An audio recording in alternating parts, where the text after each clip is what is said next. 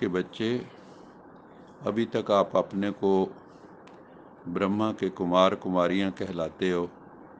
दूसरे शब्दों में कभी हम ब्राह्मण भी कहते हैं, हम सच्चे ब्राह्मण हैं। हम जाति के ब्राह्मण नहीं, कर्म के ब्राह्मण हैं।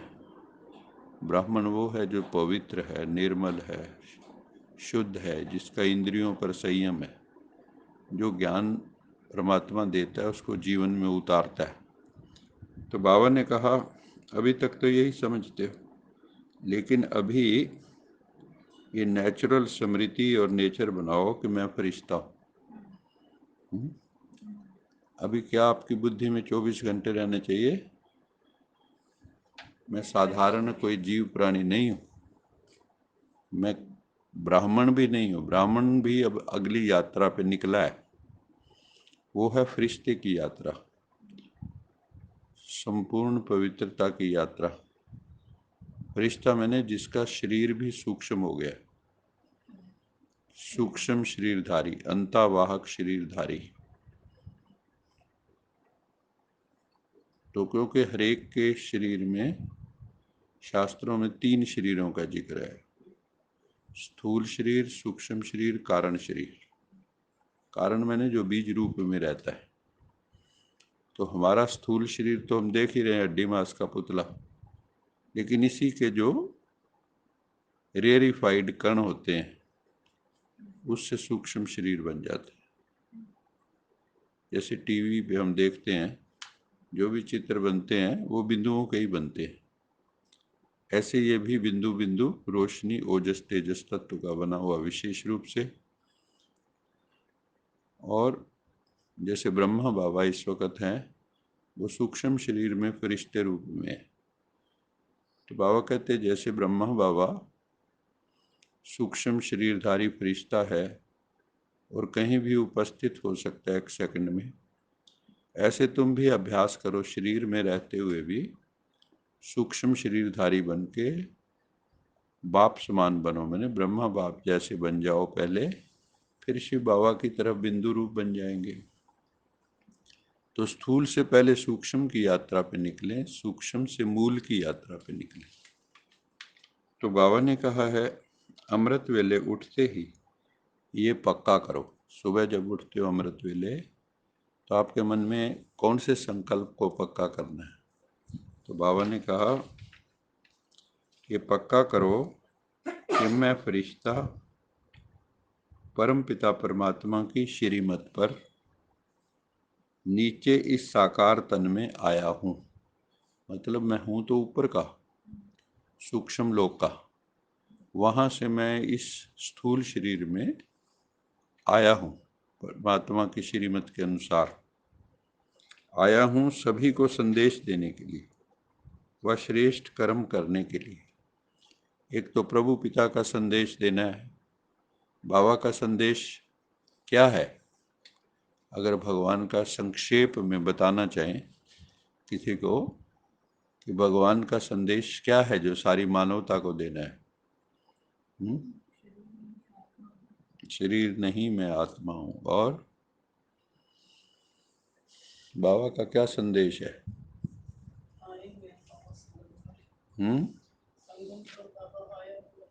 संगम पर बाबा आया, शिव बाबा आए हुए हैं स्वयं, और हम सबको आप समान बन रहे हैं, रूहानी पढ़ाई पढ़ा रहे हैं।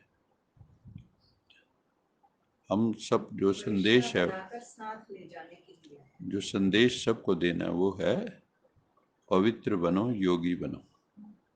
अर्जुन को भी कहा ना योगी बन तू। तपस्वी भ्यो अधिको योगी, ज्ञानी भ्योऽपि मतोऽधिक, कर्मिष्ठ भ्यो अधिको योगी, तस्मात् योगी भव अर्जुन। है ना? तपस्वियों से भी योगी श्रेष्ठ है। तपस्वी भ्यो अधिको योगी, ज्ञानियों से भी योगी श्रेष्ठ है, कर्मकांडियों से भी योगी श्रेष्ठ है। इसलिए अर्जुन तू योगी बन। योगी मैंने जो निरंतर जुड़ा हुआ है, कर्म योगी, जो कर्म लोअर कॉन्शियसनेस में नहीं करता, जो हायर कॉन्शियसनेस पे रह के कर्म करता है आनंद की स्थिति में, तो उसके लिए कर्म बोझ नहीं बनता। जैसे आप किसी दिन बहुत खुश हैं, आपको कोई इनाम मिल गया है, आपको कोई अवार्ड मिल गया है, उस दिन आपको देखो, आप कोई भी कर्म करेंगे तो आनंद की स्थिति होगी।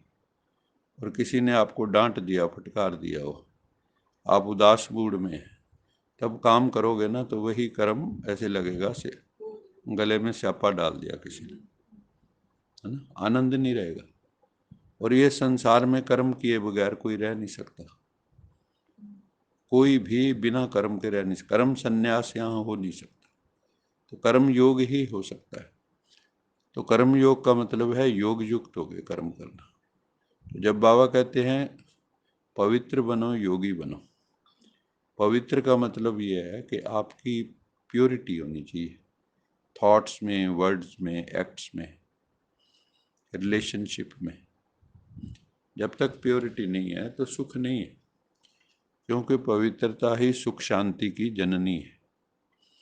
पवित्रता का एक बेटा एक बेटी है, सुख बेटा है और शांति बेटी है। तो जिसने भी पवित्रता धारण की उसके घर में सुख शांति ऑटोमेटिकली आ जाती। इसलिए बाबा कहता है पवित्र बनो। और उसके लिए बाबा कहता है किसी जंगल में नहीं जाना। ये दुनिया ही अपने आप में एक जंगल बन चुकी है कि नहीं? जंगली रहते हैं यहाँ सारे, जानवरों से भी खतरनाक हैं। किसी जंगल में जाने की जरूरत नहीं, घर गृहस्थ में रहो राजा जनक की तरह, अपनी ड्यूटीज करो, लेकिन विदेही बन के। राजा जनक विदेही था, देह में होते देह से परे। तुम भी कमल फूल की तरह, जैसे कमल फूल कीचड़ में भी रहता न्यारा प्यारा है। गुरबाणी में आता ना, ब्रह्म ज्ञानी सदा निर्लेप, जैसे जल में कमल अलेप। जो ब्रह्म ज्ञानी है वहाँ ब्रह्म ज्ञानी कहते हैं या तत्व ज्ञानी कहते हैं। और यहाँ पे हम तो ईश्वर का ज्ञान लेते हैं, हम ब्रह्म ज्ञानी नहीं कहते, हम पर ब्रह्म ज्ञानी कहते हैं। जो ब्रह्म से भी परे परमात्मा है उसको जानते हैं, ब्रह्म को भी जानते हैं और पर ब्रह्म परमेश्वर को भी जानते हैं। तो परमपिता परमात्मा को इस संसार में रहते हुए, है ना, बाबा कहते हैं ना भी, संसार में रहते हुए भी, घर गृहस्थ में रहते हुए कमल फूल की तरह रहना है और किसी के आगे हाथ नहीं फैलाने, अपने कर्तव्य कर्म करने हैं, कर्म योगी बन के रहना है। तो पवित्र बनना पड़ेगा। अगर पवित्र बन के आप कोई कर्म करोगे तो वो भी योगी बन जाएगा। पवित्रता और योग का इंटरडिपेंडेंस, अन्य आश्रित है, एक दूसरे पे निर्भर है। जितना आप पवित्र बनोगे उतने आप बड़े योगी होंगे, जितने बड़े योगी होंगे उतने आप पवित्र होते जाएंगे। तो ये एक दूसरे पे आधारित है। अगर आप में पवित्रता नहीं है तो योग हो नहीं सकता, इंद्रियों का संयम नहीं है तो योग हो नहीं सकता। अगर आपकी इंद्रियां विषय विकारों के पीछे हमेशा भागती रहती, मुझे ये चाहिए, जैसे आज की दुनिया है, या तो कुछ ना कुछ देख रहे हैं उल्टा सुल्टा, या कुछ ना कुछ सुन रहे हैं, या उल्टा सुल्टा बोल रहे हैं, उल्टा सुल्टा कर रहे हैं। श्रेष्ठ कर्मों का बोध ही नहीं है। बड़े बड़े पाप करके भी लोग, उनको कोई लगता नहीं मैंने कोई पाप किया है। तो ये बहुत खतरनाक स्थिति है आत्मा के लिए। ये आत्मघाती लोग हैं वास्तव में, जिनका जमीर मर चुका है, लेकिन भगवान उस जमीर को जिंदा करने आया है। तो इसलिए बाबा कहते हैं बच्चे सभी को संदेश दो, पवित्र बनो, योगी बनो। और परमपिता परमात्मा सदाशिव स्वयंभू आया हुआ है, किसी के साथ स्वयंभू शब्द नहीं है।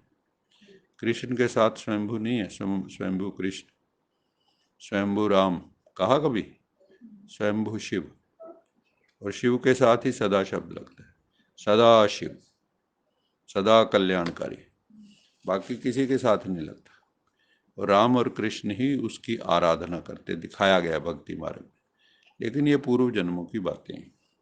अच्छा मीठे मीठे सिख लदे बच्चों प्रति मात पिता बाप दादा का याद प्यार। गुड मॉर्निंग रूहानी बाप की रूहानी बच्चों को नमस्ते। हम रूहानी बच्चों की रूहानी माता पिता बाप दादा को याद। गुड मॉर्निंग, गुड नाइट और नमस्ते। सदा रहो हंसते, कहीं नहीं फंसते, बन जाओ फरिश्ते, बांध लो अपने बस्ते, चलो प्रभु के रास्ते। वाहिगुरु जी का खालसा, वाहिगुरु जी की फतेह। बोल साचे दरबार की जय।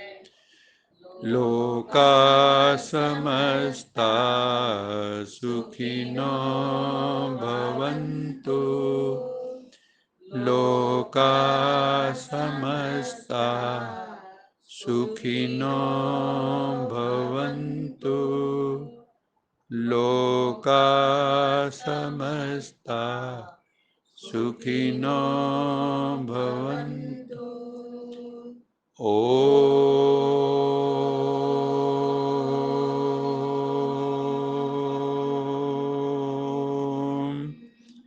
शांति शांति शांति।